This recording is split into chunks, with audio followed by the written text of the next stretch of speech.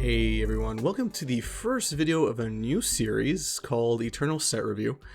So I've been getting some good feedback from viewers recently from my two most recent videos, saying that you like this style of video where I show you cards and I describe different strategies or different ideas about those cards. Or I had the curled foil issue video that I posted last week where I show you how to prevent curling of your foils and all that.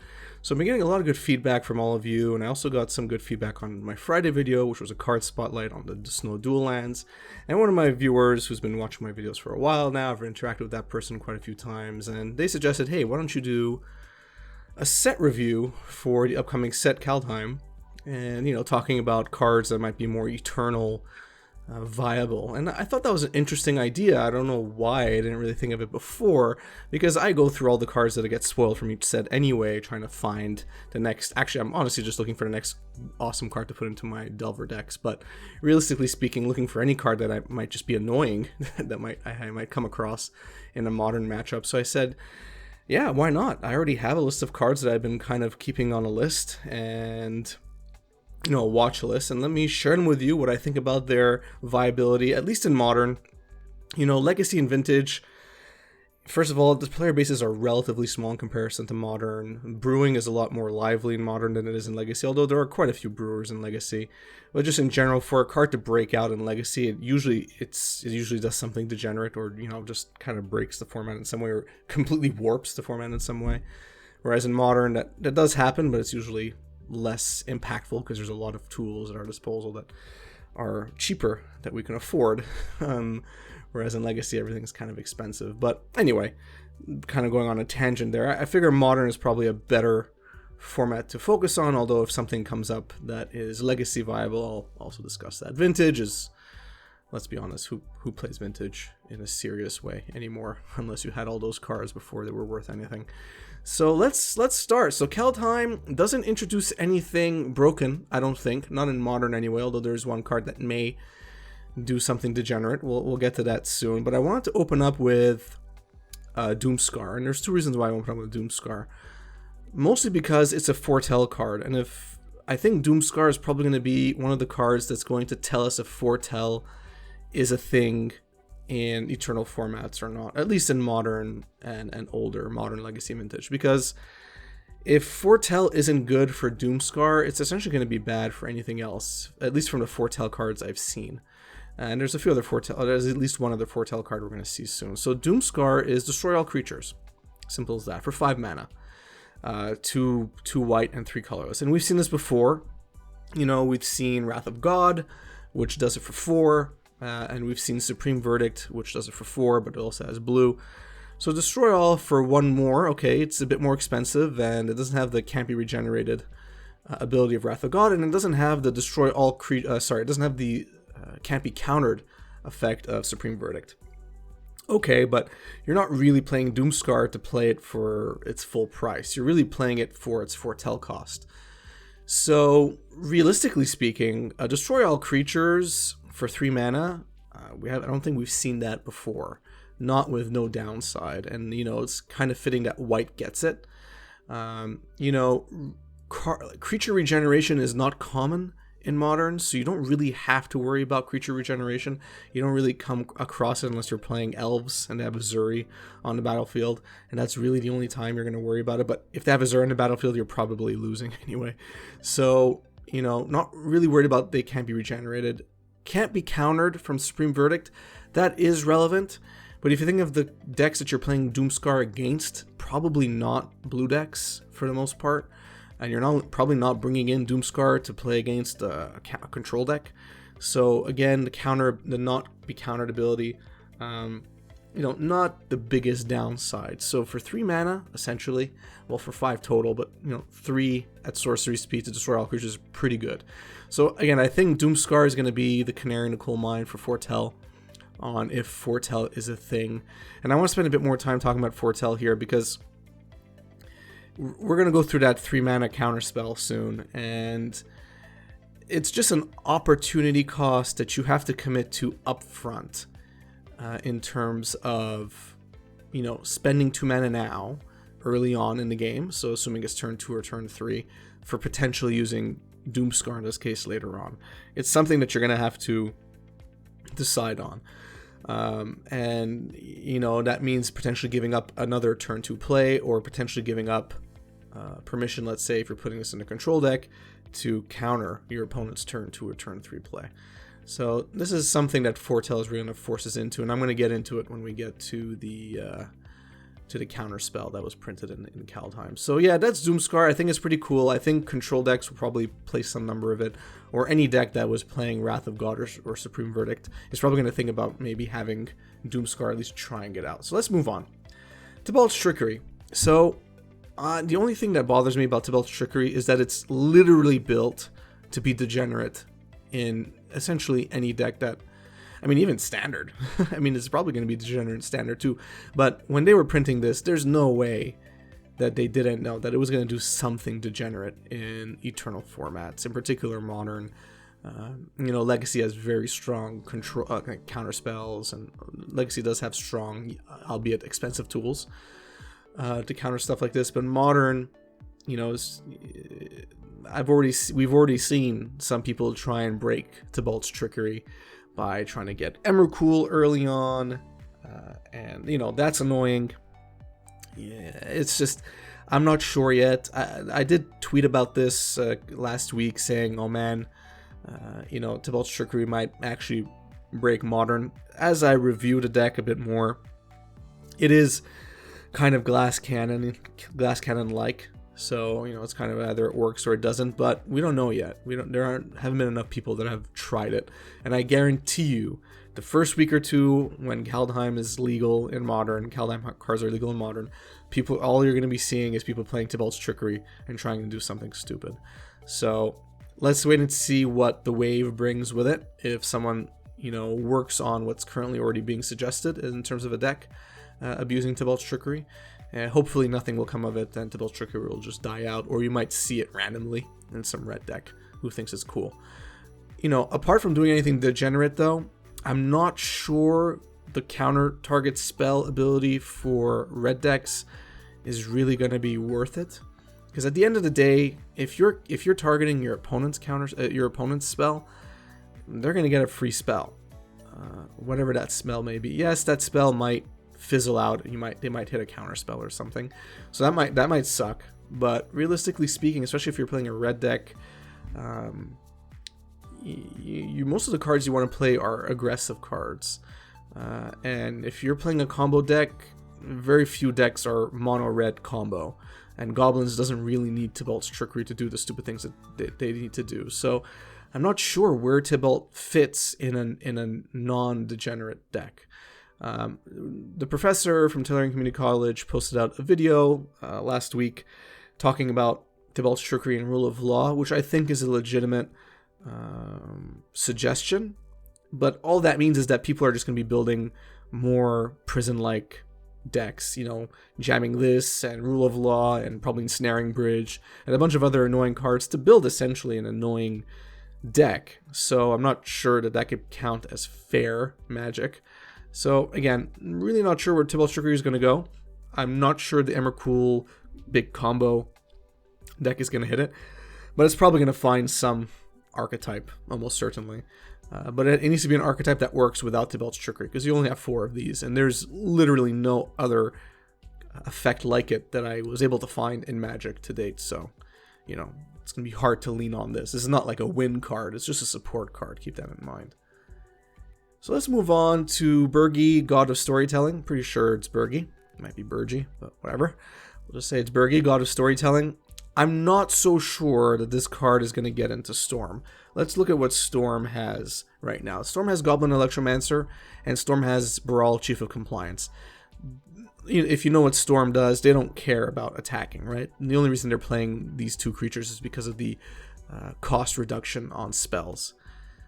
Birgi, or Birgi, God of Storytelling, is 3 mana, and that's a lot for Storm. Generally speaking, Storm decks will go turn 1 cantrip, turn 2 Goblin Electromancer or Chief of Compliance, and then turn 3 they'll try and combo off, they'll try and combo off with Grape Shot or Empty the Warrens, whatever it may be. I'm not sure that turn 3 they want to then play Birgi to get extra mana. It's not, they might, but that means they have to wait till turn 4 to really benefit from her, and I think that's a bit too slow for Storm. That being said, I'm almost certain Storm pilots are going to try her out, maybe as a 1 of or 2 of, as an extra creature that, you know, doesn't reduce the cost of spells, but does give you extra mana every time you cast a spell, which is going to make things a little easier for Storm decks as they're comboing off. So, you know, if she was 2 mana, I would almost say she's broken in Modern, almost. But at 3, it actually makes a huge difference for the types of decks that want to play her. In this case, essentially just Storm. So yeah, this is really just my thoughts. I don't think she's going to make it into Storm decks. I'm not a Storm player, although I know the deck pretty well. But my guess is she's just 1 mana too expensive for them. I think she would slow them down more than anything. But you never know. If the format slows down, she might become more viable. So here we go to the other Foretell card. Saw it coming. So I have to say I didn't see this coming in terms of a card that Wizards would print, but I also didn't see a mechanic like Foretell coming. So, okay. This is a bit more my wheelhouse, since I do play a lot of permission decks. Or decks that have control-like spells in them. So counter target spell for 3 mana. So cancel currently exists, and cancel is a 3 mana counter spell. When people talk about counter spell, the spell, this is the spell they're talking about. 2 blue counter target spell. It's essentially the purest counter spell that's been printed. It's literally called counter spell. You know, and it's obviously not legal in any format other than Legacy, Vintage. I mean, obviously Commander, but you know, in decks like in formats like Modern and newer, you're not going to see counterspell, only because it's very, very strong. It's just 2 mana counter any spell. Usually for 2 mana, you have a limitation on what you can counter. So you have mana leak, which can target any spell, but you know, if your opponent can pay 3, it's not countered. You know, so late game mana leak kind of loses a bit of gas.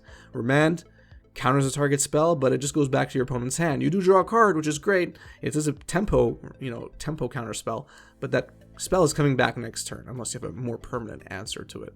And then you have Deprive. I mean, Deprive isn't played as much, although I personally love Deprive as a counter spell. It does counter any spell, but you have to return a land that you control to its owner's hand. So you're cutting yourself off 1 land. So you're actually anti-tempoing yourself, which is a problem, but again, it is a very strong counter spell. So these are the options that you have, generally speaking, at 2 mana as a general counter spell. There are plenty of other counter spells that target specific types of spells, but we're just talking about these. So saw it coming, you know, for 3 mana, a 3 mana counter spell is just kind of expensive in Modern. You know, if cancel was good, which is essentially the same as saw it coming without Foretell, you know, control decks would be playing it, and they don't. They never played it because it just doesn't make sense. It's too expensive. It's way too expensive for a counter spell. But for 2 mana, that's a different story. But here's the problem. So let's just assume saw it coming is in your opening hand. You play your first land, pass. Your opponent plays their first card, and let's just assume you don't have an answer for it. Maybe you do, maybe you have a Spell Snare in hand, doesn't really matter. So it's your turn 2, you now have 2 mana. What do you do? Or what would you prefer to do? Now, you can pay your 2 mana and foretell away, exile away your saw it coming, and then cast it again at some point in the future for 2 mana. But now your opponent is basically free to do whatever they want on their turn 2 or their turn 3, depending on what order you started. Or you could have mana leak and just keep the mana up and then, you know, counter whatever they play on their turn 2 or turn 3 and have it resolve. Or you could remand them on their turn 2 or turn 3 spell. Or you could deprive them, or you could play negate, or you could play whatever at 2 mana. But the point is, something's happening right away. Whereas saw it coming, you're essentially hoping that your opponent doesn't play anything important on that turn. And this is true for any turn after turn 2 as well. Again, if cancel was good, it would be played in Modern, but it's not. And there's a reason for that. Just 3 mana sucks for counter spells. So, you know, I think this is also going to be a card where Foretell either is a modern mechanic or it is not. I personally don't think it is, at least not for a card like this. You're giving up the opportunity to actually stop a spell that you want just because you don't want to pay 3 mana for a counter spell. In fact, you're paying 4 overall. So I'm almost certain Saw It Coming is going to see 0 play in Eternal formats. Even if Foretell ends up being a good mechanic or viable, let's say in Doomscar, I don't think it's going to work for Saw It Coming. I don't see it. The opportunity loss is too great. And even on your turn 3, once you have 3 lands, you could be keeping up a more powerful counterspell like Archmage's Charm, which does many more things than just counters a spell. You could be playing a creature. You could be doing many other things than keeping up 3 mana for Saw It Coming, or keeping up 2 mana to cast it for its Foretell cost, and then having 1 mana that's wasted. It's just, I don't think you're using your resources efficiently. So yeah, that's really my conclusion on Saw It Coming. I don't think I'm going to be wrong on this, but if I am, I'll admit it in the future. But I'm almost certain I'm not. All right, so let's move on to Weathered Runestone. So Weathered Runestone is interesting. It's comparable to Grafdigger's Cage. It has almost the same effects, with one minor difference, and that one minor difference is causing it to be 2 mana as opposed to 1. So let's quickly read Weathered Runestone. So non-land permanent cards in graveyards and libraries can't enter the battlefield. Okay. Players can't cast spells from graveyards or libraries. Okay. Let's read Grafdigger's Cage. Creature cards in graveyards and libraries can't enter the battlefield. Okay. Players can't cast spells from graveyards or libraries. Okay, so the second paragraph, or second sentence on both cards is the same. It's literally the same. There's no difference. In the first paragraph, or the first sentence, the difference here is that Grafdigger's Cage stops creature cards, and Weathered Runestone stops non-land permanents instead. Okay. Now, if I'm looking at the current modern meta as it currently stands, there's really nothing you need to worry about that Grafdigger's Cage doesn't target. Most of the time, if a card is entering the battlefield from the graveyard or the library, it's a creature. Very rarely is it a planeswalker or an enchantment or an artifact. Very rarely is it anything other than a creature. Those are the type of spells that are going to be bringing creatures back. Whether you're stopping Uro or you're just trying to kill a collected company, or any number of things, Grafdigger's Cage is essentially catching it all. So right now, there's nothing in Modern that Weathered Runestone really, kills that you need to be concerned about on a regular basis. So for that reason alone, and the fact that it's 2 mana, actually, that's really the differentiating factor, the fact that it's 2 mana, this is another card I'm skipping over in terms of trying it out in Modern. I mean, it's a sideboard card anyway, but realistically speaking, as of today and making of this video, there's nothing that I could think of that we really need to worry about, that we couldn't handle with some other card, some other tool that we already have, that we already play, let's say in tandem with Grafdigger's Cage or instead of Grafdigger's Cage. So that's really where I'm standing on Weathered Runestone. Okay, Frostbite. So Frostbite, we're getting into some snow cards here now.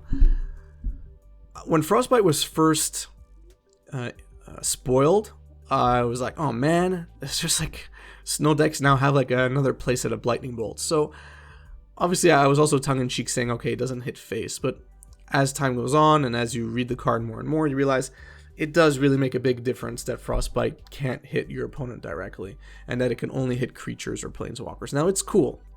If you're playing Frostbite, you're probably playing in a deck that has many snow permanents, so more or less not going to be hard to have that 3 damage instead trigger, but you're only targeting creatures or planeswalkers. So let's see what you currently have at your disposal. So you have Lightning Bolt, and nothing's really going to top Lightning Bolt. They'll never print anything more efficient than Lightning Bolt without it being insta-banned. So Lightning Bolt is going to be your best.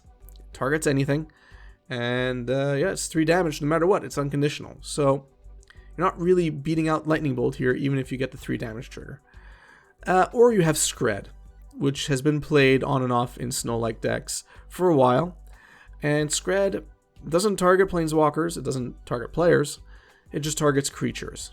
Now, the reason why Skred is popular in snow decks is because the damage goes up the more permanents you have. There's no capping. Frostbite, you have a cap of 3, so it's either 2 or 3 damage and that's it. It doesn't matter how many snow permanents you have. Whereas for Skred, if you have 10 snow permanents, well, you're dealing 10 damage, which is important as you get to creatures with higher and higher toughness. Tarmogoyf, you name it, Uro, whatever it may be, Skred can reach those creatures, whereas Frostbite can't. So where does Frostbite sit? Well, right now, nowhere. If a snow deck does show up in Modern, which I'm hoping it will soon, I think we're essentially 1 card away from making snow very viable in Modern. Frostbite might see some number of play, but realistically, I think Skred and Lightning Bolt are going to be top priority, and Frostbite won't really see that much. Planeswalkers, if you're playing a red deck, you can damage them in other ways, most likely. And you're probably not playing red alone, you're probably playing some other color mixed with it, so yeah. I don't think Frostbite's going anywhere in Modern. I mean, people will try. I don't think it's going to be a staple or dangerous or broken. Skred's just going to be better in most scenarios. Alright, so I'm almost certain we're not going to see Graven Lore in Modern, but I want to bring it up here because I like it. And if a full-on snow deck was possible, where almost every permanent or spell is a snow permanent or spell, Graven Lore is a 5-mana Scry 5, draw 3 cards. Scry 5, we don't see that often, or Scry X, but assuming you spend snow mana to cast this, scrying 5 cards turn 5 or turn 4 if you ramp it, if you're playing it alongside a green, if you're playing a green blue deck and you could ramp into this earlier on, whatever it may be, scrying 5 is pretty damn good. You could get rid of 2 cards you don't want and draw the 3 exact cards you need, or you could get rid of the next 5 lands that you're going to draw in a row and hopefully draw 3 non-lands after that, or any combination in between. So I think Graven Lore in that sense is pretty darn cool, pretty darn powerful, especially if you could cast it for 5 snow mana as opposed to a mix. You could get that X equaling 5. So I'm only bringing it up because I like it, and I'm going to try and build a snow deck, and I'm almost going to try and have at least 1 or 2 copies of this in that deck, just to see if it works. But realistically speaking, I think it's just too expensive, and you have better options in terms of drawing cards and setting up your spells. If you're playing this in a control deck, for example, you're probably better off playing Jason Mind Sculptor and controlling your draw spells that way. But I just like Graven Lore. I just think it's very, very cool. Forces you to play snow. I think in the future, if a snow deck does arise or snow just kind of starts taking over, Graven Lore might see some play, but right now I just think it's a bit too expensive, and snow is a bit too weak for Modern. Alright, let's move on to Jorn, God of Winter, and the other side, which is Kaldheim, the Rime Staff. So I don't think Jorn in itself is necessarily going to be played in Modern because of its ability, at least not yet. Again, I think Snow is 1 or 2 cards away from being actually very viable and very strong in Modern. By that I mean, I think we need to wait for another set or 2 to actually have snow permanents or snow cards in there.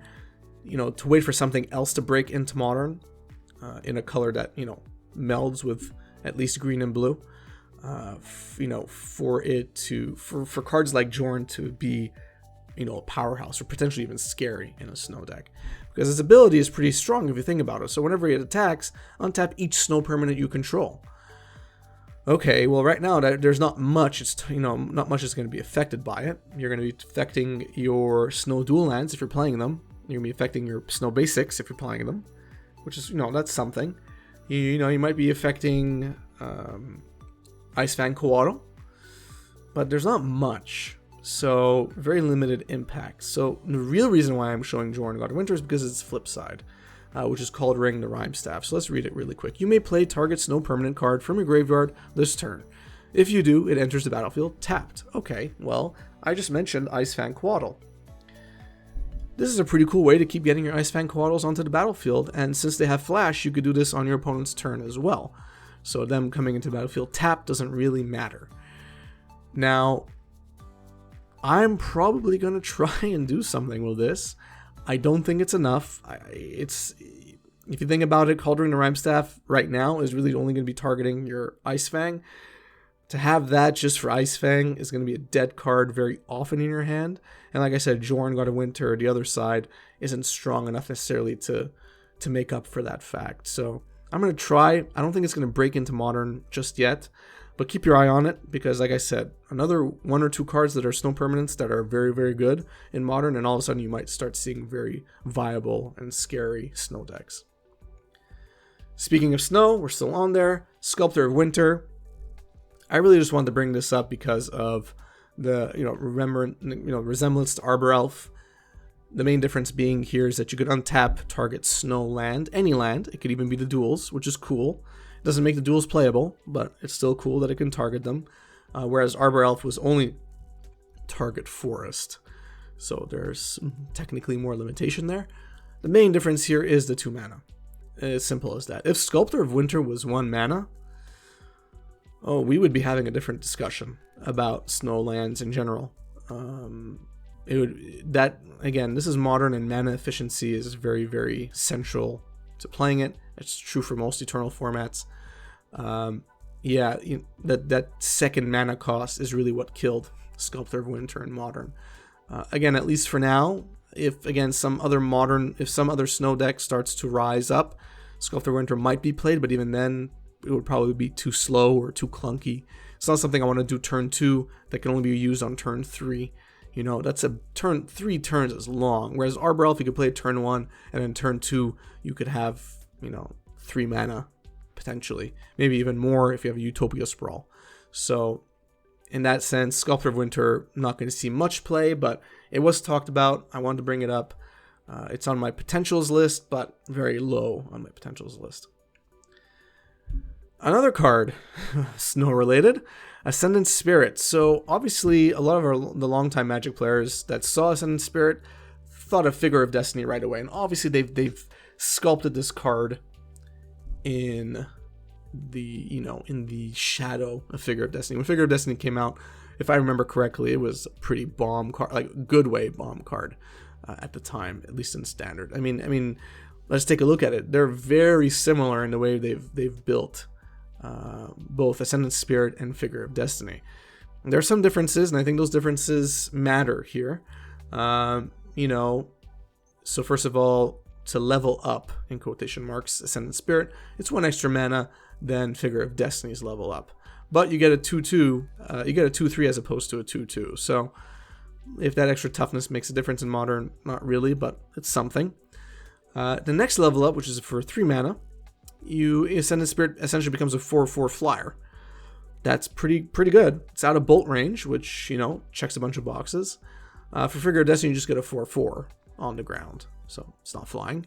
Okay, so all of a sudden you're catching up to the fact that level 1 was 2 mana, and, so that's good. And then the next level up is only 4 mana for Ascendant Spirit, where it was 6 mana for Figure of Destiny. So for 4 mana, your 4/4 flyer becomes a 6/6 flyer, and every time it deals damage to your opponent, you draw a card. So that's great. And cantrips, every time it deals damage, it's a flyer. Not a lot of flyers in Modern, so if it manages to stay alive that long, well, it's going to be dealing damage to your opponent, which is pretty good. Figure of Destiny, it becomes an 8/8 flyer first strike. So that's pretty darn good, but it's 6 mana. So essentially not going to happen in Modern, which is why it doesn't see play in Modern. Ascendant Spirit, though, it is blue, which is relevant, which means it's pitchable to Force of Negation, for example, if that was necessary. So if it was being played in a tempo deck or a control deck, there's a possibility there. That being said, it is strictly snow mana that you can use to pump it up, essentially, and that's going to be a problem, which means you're going to be playing a lot of snow lands. You have to be able to consistently level this creature up, and that's going to be a bit more difficult. There's going to be more constraints there on your mana base, and that's a problem. There was another creature I wanted to compare it to, which is currently played in Modern, although not that much, but I've posted deck techs that have Hex Drinker in them, and I think Hex Drinker is probably the best creature to compare Ascendant Spirit to in terms of creatures that we invest mana into. So I think Hex Drinker and Ascendant Spirit both have their pros and cons. I think one of the pros for Hex Drinker is probably what is, tips the scales in Hex Drinker's favor, and that fact is that once you get it to level 3, it has protection from instants, and it's a 4/4, so it's out of bolt range, even though it couldn't be bolted anyway because it can't be fatal pushed or basically any instant that would destroy a creature. You can still Dreadbore it, which is a sorcery, but for all intents and purposes, most removal spells no longer can touch Hex Drinker. That's really important. Ascendant Spirit never gets that kind of protection, which means you're going to have to pour more resources into it to also protect it. So that's really a problem. Now, that being said, Ascendant Spirit does become a flyer. Hex Drinker never becomes a flyer. And it becomes a 6/6, just like Hex Drinker, once you've poured 8 mana into Hex Drinker. Whereas for Ascendant Spirit, you're pouring 9 mana, so 1 extra mana, which is relevant. I guess let's keep that in mind. That is relevant. So where do we stand? I think the fact that once Hex Drinker tops out, it has protection from everything, which means it can't even be blocked, makes it better. That being said, I do really want to try out Ascendant Spirit. I think it could probably be played in some sort of tempo shell that has ramp, but even then the ramp would have to be coming from a snow source to really make this worthwhile. So it's something we're going to have to try. I don't think we're going to actually see a lot of play in Modern, but I'm going to be playing it in Modern. I'm going to try. If you see a deck, that means I figured out a way. But realistically speaking, I think not much room for Ascendant Spirit right now until, like I said, Snow gets that Hailmaker card that will make it a lot more playable in this format.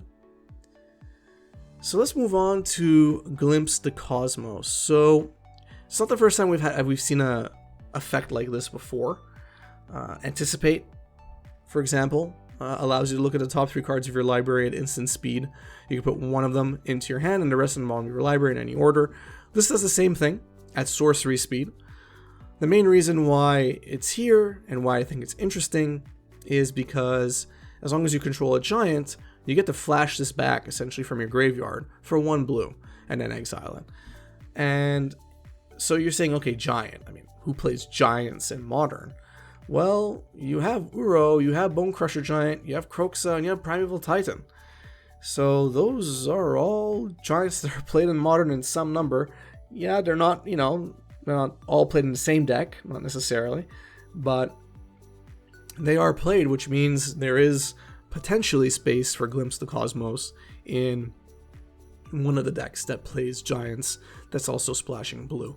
What I like about Glimpse of the Cosmos, and this really reminded me of Thieves' Fortune for some reason, is that you're looking at a top 3. Okay, Thieves' Fortune is top 4. You're looking at a top 3, and you're putting any one of them into your hand. There's no restrictions onto what card you can put. It could be a land, instant, planeswalker, sorcery. It doesn't really matter. It's going in your hand. You don't have to reveal it, and the rest are going to your library at the bottom. They're not going to your graveyard, so you can get them again in the future. So that's pretty cool for Glimpse of Cosmos, and for 3 mana you can essentially do it twice. 2 for the initial cast, 1 for its flashback. So 3 mana for 6 cards deep, that's pretty good. You can't do that with Anticipate, and you can't do that with Thieves' Fortune. So for that alone, I think Glimpse of the Cosmos is probably worth taking a look at.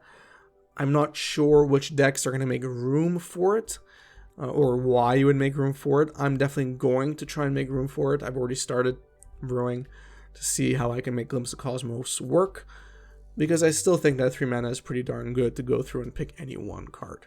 So let's see what it does. It's on my list. It's on my watch list. It's not something that's going to break the format. I don't think anything printed in Kaldheim is going to break the format, realistically speaking, but I think it's a cool tool that's been printed. All right. Getting into a bit of jokes here, Surtland Flinger and Calamity Bear are not going to see any serious play in Modern, almost certainly not.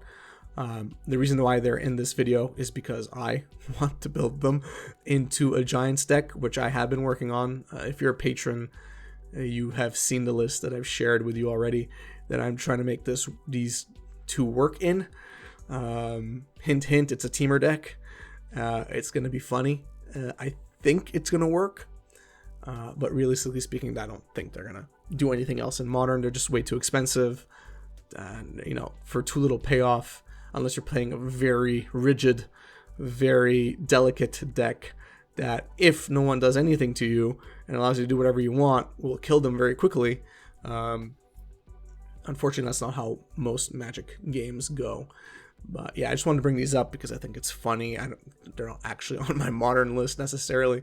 I don't expect to see them on the other side of the battlefield, but I am just building a deck with it. I think that was just my way of hinting. And I mean, just take a look at the cards that they can synergize with. You saw them before with Glimpse of Cosmos. So, you know, Kroxa, Uro, Primeval Titan, Bone Crusher. I mean, Bone Crusher, it'll deal 4 damage instead of 2 if Calamity Bearer is on the battlefield. I don't think that's super relevant, but it's something. Primeval Titan, I mean, when Prime Time is on the battlefield, that's pretty much game over. It doesn't necessarily have to deal damage to you.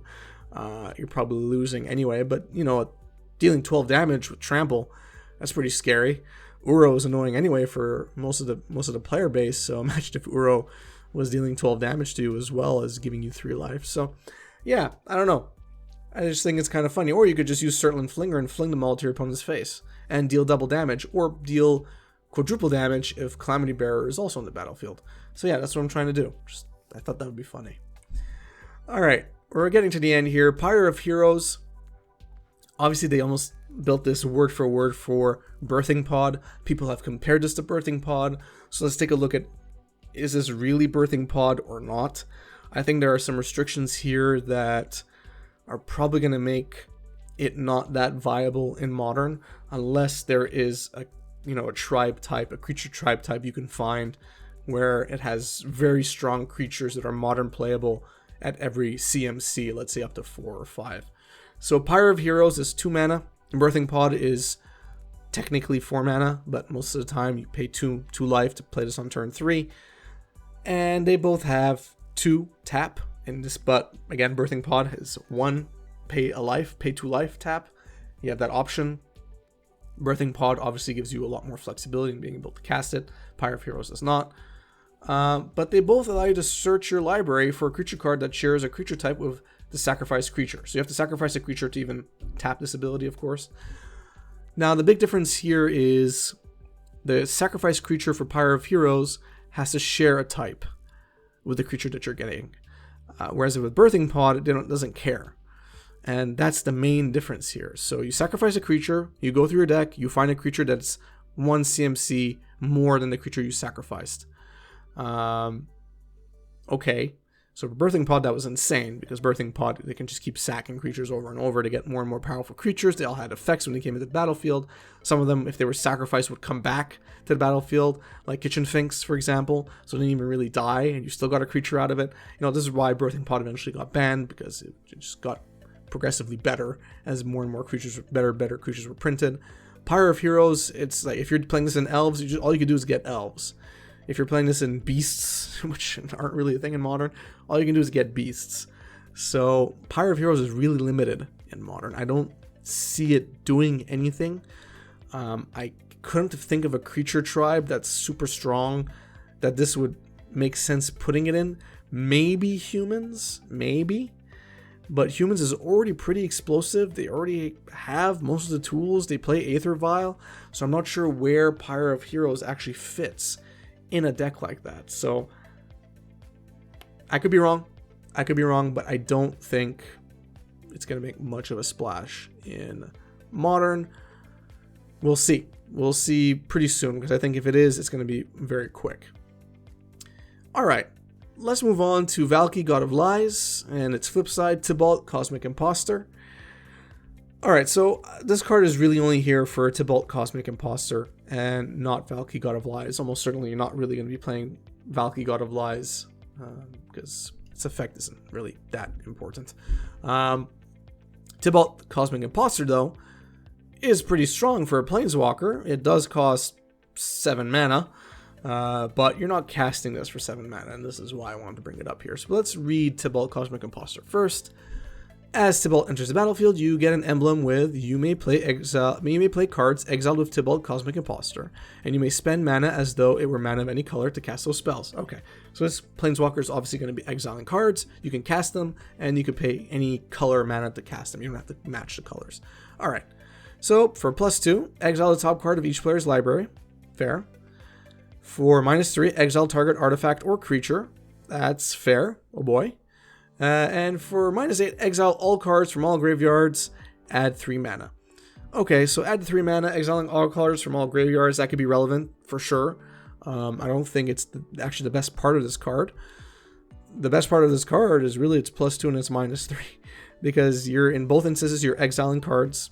And in both instances, you can cast those cards later on for any amount of any combination of colors of mana. So that's pretty good. The question is, how do you get on the battlefield for free, essentially? And this is how you do it. Bloodbraid Elf. So Bloodbraid Elf, you know how this works. It cascades. When it cascades, you you exile cards from the top of your library until you exile a non-land card that costs less than Bloodbraid Elf.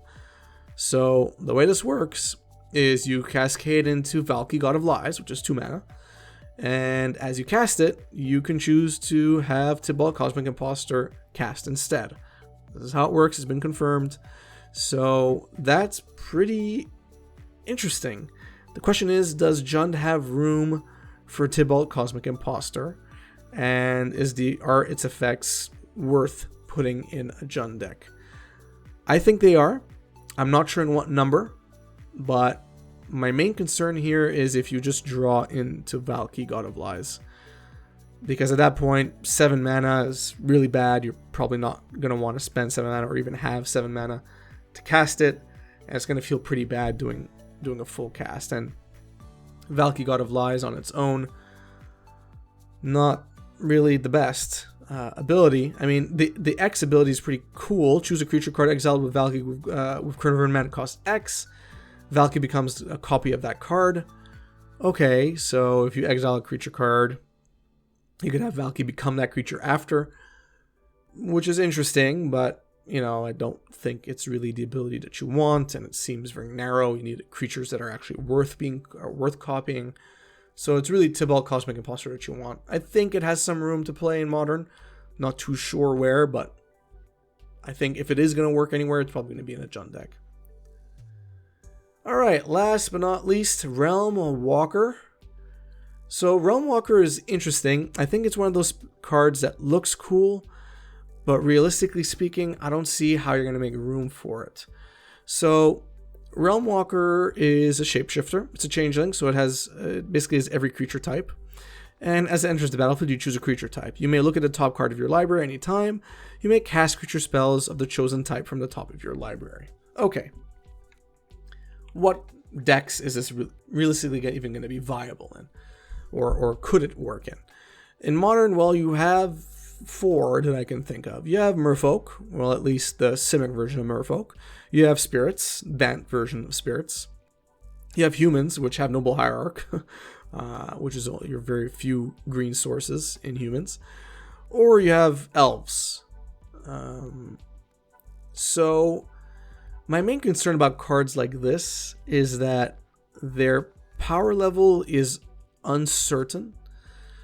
And by that I mean, what value does it really bring to Elves, for example? A deck that's already pretty explosive in casting its creatures, that plays Collected Company already, and plays other cards that allow you to look at the top X amount of cards on your deck and take any amount of creatures and put them into your hand.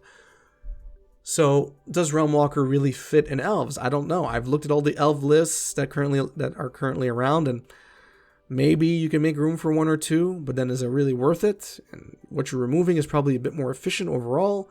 So I don't think it's going to fit in Elves. I could be wrong, though. I'm not an avid Elf player. There's Humans, but again, it comes down to space. And this is really often the issue about a card breaking into internal format is space. There are a lot of decks that are just highly tuned, and the creature's got to be pretty darn good to make way in an existing tuned deck. And I'm not sure of having the ability to look at the top card of your library and being able to cast, creature spells that you chose, whatever they may be, human, elf, whatever it may be, from the top of your library, and that's it. I'm not sure if that's really going to be worth it, at least at the competitive levels. It's just, you know, it's 3 mana for a 2/3. It has 0 evasion. It's going to die to almost every single piece of removal in Modern. You know, it's not really going to be a threat on the battlefield. You're not gonna be, it doesn't have a big enough toughness to be like a butt to defend against other creatures. So yeah, I'm not really sure where this actually fits or if it's really worth it. It just seems to me that Aether Vial is just better for rushing creatures into the battlefield when you want them to. And Realm Walker is probably going to be tried out, but not going to see that much play. But again, I could be super wrong. I don't play these decks often. I play against them. I don't play with them often. So I could be wrong here, but I just don't. I'm very curious to see what, you know, merfolk, spirit, human, elf pilots, what sacrifice they make to make room for Realm Walker. It's really what I want to know. That's what I'm really curious about. And I haven't seen any lists that really show Realm Walker right now in Modern. So that's it. That's my review of Kaldheim for Eternal formats, mostly or almost exclusively Modern in this instance. Let me know what you think. I know this video was long, but I had a lot to say. I had to analyze each card that was on my list in the first place. Not a lot of cards entering Modern with Kaldheim. I don't think that's a bad thing.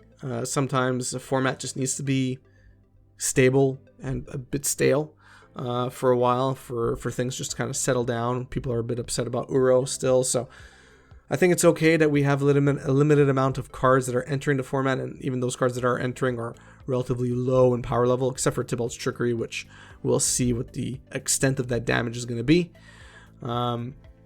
But yeah, not a lot entering, and I'm okay with that. I'm really looking forward to Strixhaven. I'm hoping they print the blue spell that breaks everything, and I could put in my Delver decks. But we'll find out in a few months. But overall, though, I think the cards were cool in Kaldheim. Curious to see what other cards make it into the format, into Modern at least, that I didn't cover in this video. If there are any cards that you're looking at that I didn't mention here, I'd love to hear from you, because, you know, there's like over 200 cards that are in this set. So, I mean, it would be nice to see what I potentially missed. I just tried to cover the cards that really popped out to me.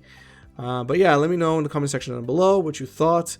If you want to see more videos like this, I'd love to hear from you, because obviously I listen and I deliver when my viewers think I should keep going down a certain path. If you enjoyed the video, please give it a thumbs up. If you enjoy my content in general, please subscribe, hit the notification bell. Follow me on Twitter and Facebook and all those places. That's great for me. It helps me out with the algorithms everywhere, trying to figure out which content they think is best. So you follow me on all those different social networks. Definitely helps out a lot. If you want to support the channel through Patreon and join the ever-growing Patreon community, check out the link in the description of this video. Yeah, and thanks and have a good one.